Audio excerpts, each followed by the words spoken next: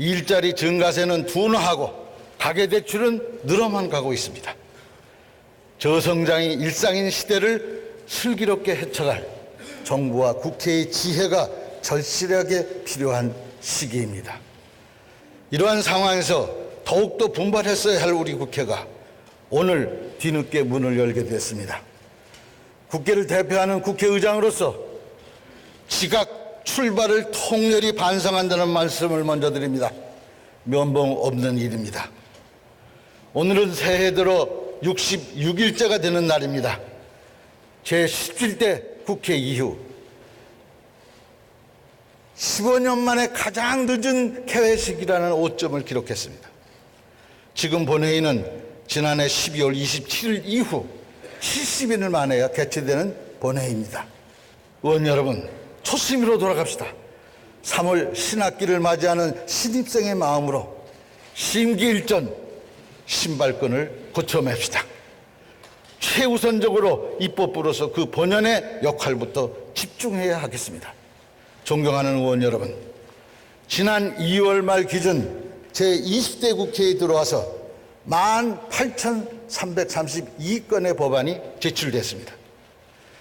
이 중 29.5%인 5,408건이 본회의에서 처리됐습니다.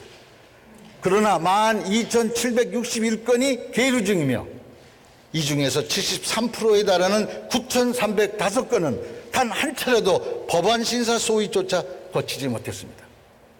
각 상임위원회는 비회기 중이라도 법안 심사는 가능합니다. 그러면에도 법안 소위가 거의 열리지 않고 있다는 반증입니다.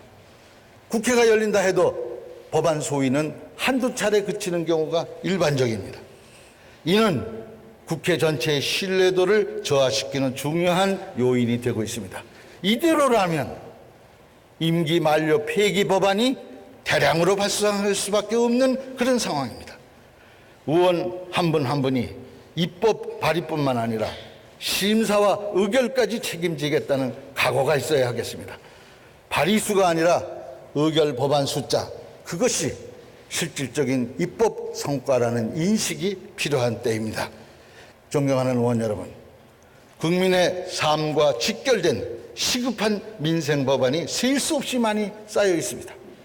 소상공인의 특성에 맞춰 지원 근거를 마련하기 위한 소상공인 기본법, 사립유치원 비리 근절과 회계 시스템 의무화를 위한 유치원 3법, 탄력 근로 확대를 위한 근로기준법, 카풀 대책 마련을 위한 택시 운송사업법과 여객 운수사업법, 최저임금 결정 기준 개선을 위한 최저임금법 등 일일이 열거할 수 없이 많은 민생 법안이 국회의 논의를 기다리고 있습니다. 어느 것 하나 국민의 삶과 직결되지 않은 것이 없습니다. 무엇보다도 사상 초유의 미세먼지 대란은 국가적 재앙 수준에 이르고 있습니다. 지난 5일 국제대기오염 조소기관의 발표에 따르면 우리나라의 초미세먼지 농도가 OECD 국가 중에 두 번째로 높다는 결과가 나왔다고 합니다. 미세먼지는 5천만 국민 모두에게 영향을 미치는 가장 시급하고 중대한 현안입니다. 국민이 건강하고 쾌적한 환경에서 살 권리를 되찾는데 모든 대책을 강구해야 합니다. 정부, 대통령, 지자체, 국회, 국민이 함께 나서야 합니다. 국가적 재난에 준하는 비상한 조치와 대책 마련에 국회가 헌심의 노력을 다할 것을 다짐합니다. 실질적으로 일할 수 있는 기간이 10달 남짓입니다. 이러다가 어느 것 하나 마무리하지 못하고 끝날 수 있다는 크나큰 위기감을 갖고 있습니다. 이게 나라냐고 외친 국민의 분노를 잠재워야 할 20대 국회가 이게 국회냐라는 비판을 끝으로 막을 내려서는 안 될 것입니다. 의원 여러분, 이제 국회가 또다시 멈춰서는 일은 없어야 합니다. 싸워도 국회 안에서 싸워야 합니다.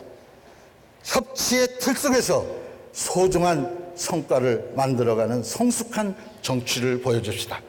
제20대 국회가 국민의 명령을 철저하게 이행하고 마무리하여서 국회다운 국회로 기억될 수 있도록 다 함께 분골쇄신 노력합시다.